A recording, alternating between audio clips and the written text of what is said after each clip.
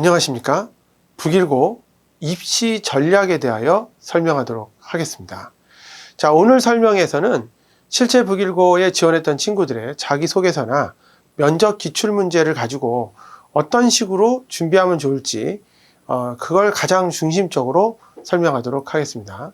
설명에 앞서 경쟁률에 대한 변화가 있었는데요. 그 내용부터 먼저 알아보시죠. 자, 북일고의 경쟁률은 많은 차이가 있었습니다. 2021학년도, 그러니까 2021학년 재작년이죠. 재작년에 지원했던 친구들의 경쟁률은 전국 경쟁률을 보시면 1.14대 1이라는 것을 확인할 수 있었죠.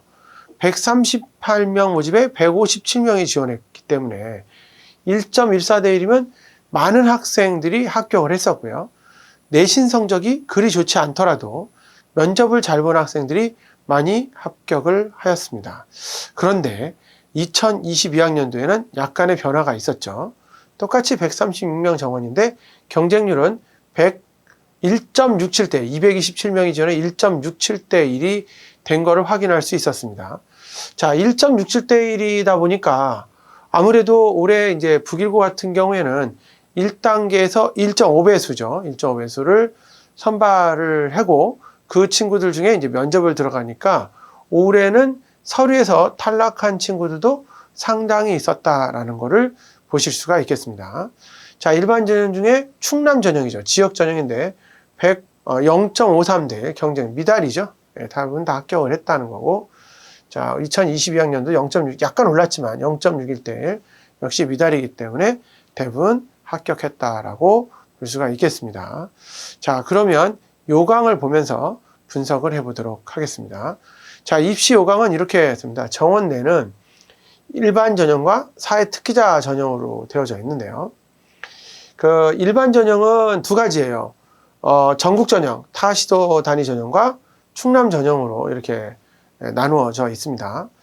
타시도 전형인 이제 전국 전형 136명이 실제 정원이라고 생각하는 게 낫겠습니다. 자, 그런데 어떻게 되어 있냐면 1단계가 내신 성적이 160점이 들어가요. 160점이 들어가고 과목은 전 과목이 다 들어갑니다. 물론 이제 비중이 당연히 국영수가가 좀 높고 다른 과목이 낮긴 하지만 전 과목이 다 들어가고 면접은 40점입니다. 40점 이렇게 160점을 가지고서 1단계의 커트라인을 정해 주는 거죠. 150%니까 명수는 이제 130명 중 204명을 뽑는 상황이라 사실상 올해부터는 북일고를 지원했던 친구들도 내신 성적에는 많은 신경을 써줘야 되는 이런 상황이 되었습니다. 자, 다시 2단계로 가게 되면 1단계 성적의 160점에다가 면접 점수 40점을 합하는 거죠. 40점이니까 두 개 합쳐서 200점으로 선발하게 되는데 아무래도 북일고에 지원했던 친구들은 내신 성적들이 전체적으로 다 우수하죠. 우수하기 때문에 이 면접에서 큰 당락의 비중을 차지하고 있다라고 말할 수 있습니다. 원래 북일고 같은 경우에는 실제 뽑을 때 공부를 좀 잘하는 친구들을 뽑으려고 하기 때문에 실제 가장 잘 보여주는 거는 내가 얼마나 공부를 잘하는지를 가장 중점적으로 보여주는 것이 유리하다고 할 수 있겠습니다. 자, 그러면 오늘은 이제 자기소개서를 가지고 어떤 식으로 썼고 어떤 내용이 출제되어지는지도 한번 알아보겠습니다. 자, 북일고등학교를 관심을 갖게 된 동기와 고등학교 졸업 후의 진로계획, 그 지원자 본인의 인성에 관하여 구체적으로 서술하시오라고 되어져 있습니다. 물론 인성하고 이런 부분들도 잘 되어져 있는데 저는 이렇게 한번 생각을 해봤습니다. 저는 항공우주 동아리인 아스트로를 알게 되면서 저의 꿈인 항공우주공학자의 꿈을 실현하기 위해 줄곧 북일고의 목표를 실현해 왔습니다. 뭐 이렇게 써왔고요. 물론 이러면서 이제 다른 내용들도 있었겠죠. 왜 내가 항공우주공학자를 하게 되었고 항공우주공학자를 하기 위해서 무슨 활동을 해왔는지도 구체적으로 써 놓은 다음에 또한 이런 내용도 써야 되지 않을까 싶어요. 또한 지인을 통하여 심화 과목의 시험 문제를 접한 적이 있는데 북일고는 전국형 자사고이기 때문에 일반 고등학교에서 안 배우는 심화 과목도 실제 배우고 있고 실제 그런 것도 시험을 보고 있습니다. 그래서 심화 과목 수준이 취한 시험 문제를 보며 더욱 학문적으로 도전하고 싶다는 생각이 들었습니다. 이를 통해 교과서에서 증명되지 않거나 이해되지 않는 문제를 책이나 인터넷을 찾아가면서 암기하고 이해하기 위해 공부하기에 노력하고 있습니다. 이렇게 썼고요. 물론 이 내용보다 훨씬 더 많겠죠. 이 글자 수가 800자이기 때문에 훨씬 내용이 많은데 이와 같은 방식으로 실제적으로 이렇게 자기소개서를 작성해야 되겠다라고 생각이 되어서 제가 사례를 하나를 갖고 나와서 이렇게 설명을 해 드리는 겁니다. 지금 보게 되면 왜 동기를 갖게 되었는지, 졸업 후의 진로 계획이고 본인의 인성에 관련된 것도 당연히 밑에 또 써줘야 되겠죠. 이런 것도 구체적으로 써야 되겠다라고 생각이 되어집니다. 조금 다르게 생겼죠. 다음 두 번째 보겠습니다. 두 번째는 이제 본인 스스로 학습 계획을 세우고 학습해온 과정, 그 과정에 느낀 점, 본인의 꿈과 끼를 살리기 위해서 활동한 경험을 구체적으로 써라. 보통 이런 경우에는 자사고뿐만 아니라 뭐 과학고나 영재고에도 비슷한 내용의 이런 자기소개서 내용이 있습니다. 내가 뭘 연구했는지에 대한 내용인 거고요. 그 내용을 어떻게 연구했고 뭘 느꼈는지를 보는 건데 그 중에 한 가지를 제가 한번 보여드리도록 하겠습니다. 많이 쓰는 넬로 삼각형 같은 경우를 많이 쓰게 되는데요. 뉴스에서 스포츠 보도를 하는데 바탕화면에 바퀴를 각진 원형의 자전거가 있었다. 실제 자전거는 바퀴가 동그란데 넬로 삼각형 모양으로도 바퀴를 쓸 수가 있고요. 또 어떤 경우가 있었냐면은 이제 우리가 매눌 뚜껑이라고 그러죠. 매눌 뚜껑 동그란데 이것도 이제 세모 모양의 이런 모양들을 많이 볼 수 있습니다. 그래서 넬로 삼각형인데 생활 속에 가진 원형 바퀴의 자전거가 필요할까? 이런 도형이 어떻게 활용될까라고 궁금증이 생겨서 논문을 찾아보니 그 도형이 넬로 삼각형이었다. 물론 논문을 찾을 수도 있고 책을 읽어볼 수도 있겠죠. 자, 이렇게 넬로 삼각형이었고 수학적으로 도형을 쉽게 아는 방법은 넓이를 구하는 것인데 저는 친구들에게 넬로 삼각형의 넓이 공식을 만들어 보자고 제안을 한 거고요. 저희는 이 도형을 정다각형 활골로 분할 각각의 넓이를 구해 합산하는 방식으로 공식을 만들었습니다. 상당히 좋게 접근한 거죠. 그러니까 학습을 하기 계획을 세운 거예요. 그리고 어떻게 했는지를 구체적으로 쓴 거죠.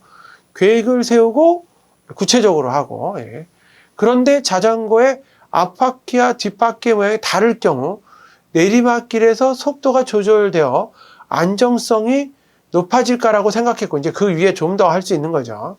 이런 생각에 앞으로 구체적으로 탐구해 보고 싶습니다. 라고 이렇게 작성을 했습니다.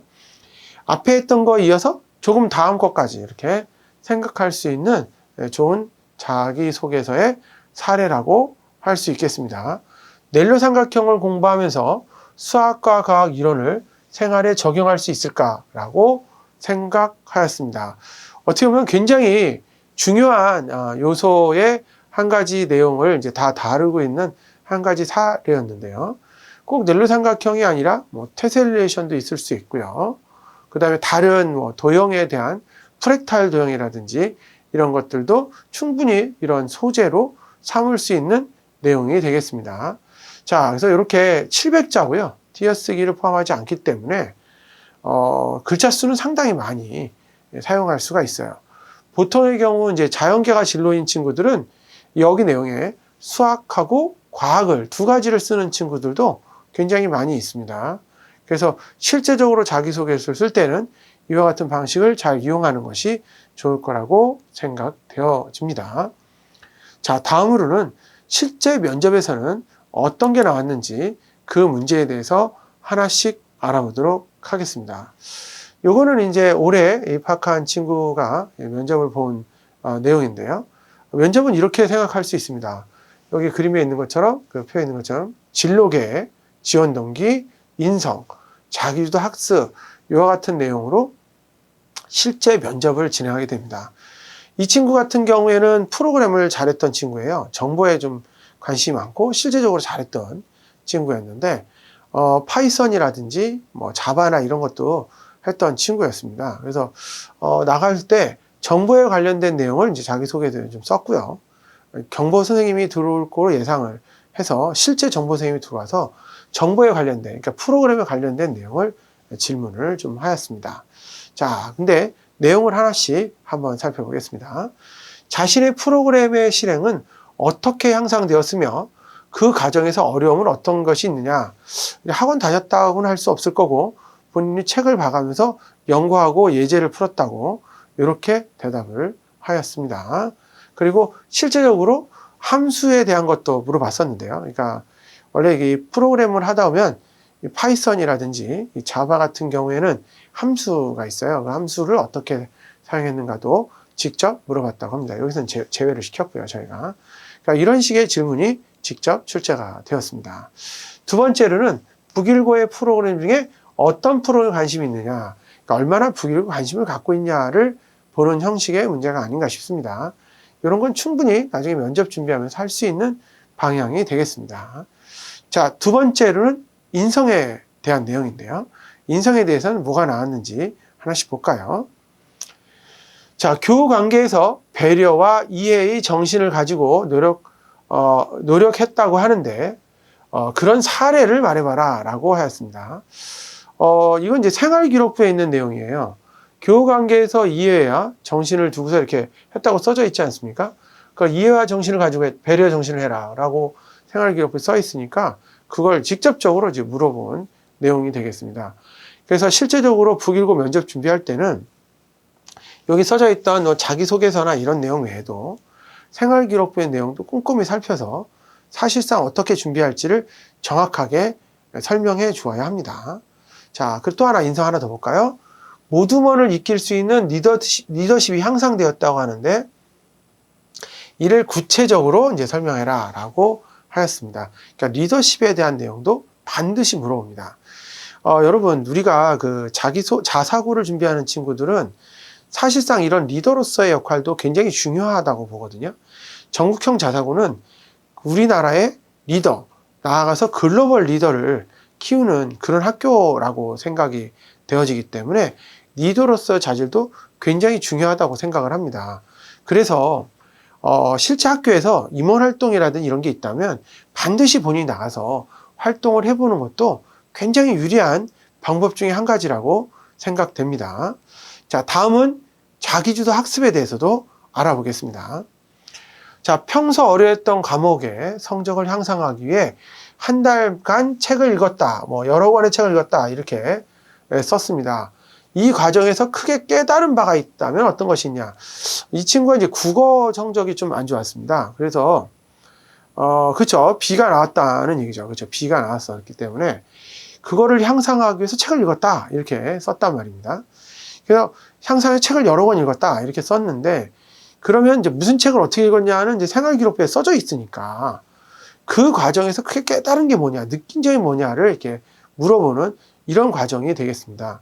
그래서 만약에 우리가 좀 B가 좀 나온 친구들이라도, 그럼 저 하지 말고, 포기하거나 그러지 말고, 끝까지 최선을 다하면 좋은 성과를 나올 수 있는 이런 상황이 될 수 있다라는 걸 보여주는 예라고 할 수 있겠습니다. 다음 수학도 보겠습니다. 물론 이제 다른 삼각형이라든 이런 걸 조사도 했지만, 아까 얘기했지만 오답 노트를 만들어서 풀이 과정을 했다라고도 이렇게 쓰기도 했습니다. 그러니까 당연히 오답 노트를 어떻게 만들었는지 이런 과정에 대해서도 충분히 이렇게 활용할 수 있는 예를 들어서 이렇게 물어봅니다. 앞에 예시해 보면은 이제 증명하는 것도 있었지 않습니까? 증명을 뭘 했는지도 이렇게 물어보게 됩니다. 이렇게 내가 증명되지 않았거나 한 걸 증명해 봤다 그러면 증명을 뭘 했는지도 직접적으로 물어보니까 충분히 이런 과정에 대해서도 우리가 생각해 볼 수 있다라고 할 수가 있겠습니다. 자, 그 다음에 마지막이요. 선행 공부를 했다고 하는데 혼자 공부해서 어려움이 없었냐? 선행 공부를 혼자 하진 않죠. 대부분 학원을 다니면서 하는데 자소서에는 또 이렇게 작성을 했습니다. 그래서 혼자 공부하면서 어려운 게 없었는가라고 했을 때는 실제적으로 이제 인강을 들으면서 했거나 선생님들에게 찾아가면서 질문했었다라는 쪽으로 답변을 했는 걸로 기억하는데 사실상 선행 공부 같은 경우는 이제 혼자 하는 것보다는 이제 그 학원에서 많이 하기 때문에 꼭 혼자 했다고 굳이 작성할 필요는 없지 않을까 이렇게 생각이 되어지는 부분입니다. 자, 그리고 요걸 이렇게 지금 그 면접 사항들을 보면은 많이 어렵진 않습니다. 예측할 수 있는 범위 내에서 문제가 나왔고, 그거에 대해서 충분히 답을 할 수 있는 과정으로 할 수 있겠다라고 볼 수 있겠습니다. 자, 북일고에 대한 부분들도 여러 가지로 생각을 해봤는데요. 우리가 이제 어떻게 앞으로 뭘 준비할지 지금서부터 하나하나 살펴본다면 올해 2023학년도죠. 입시에도 좋은 성과가 나올 거로 기대합니다. 감사합니다.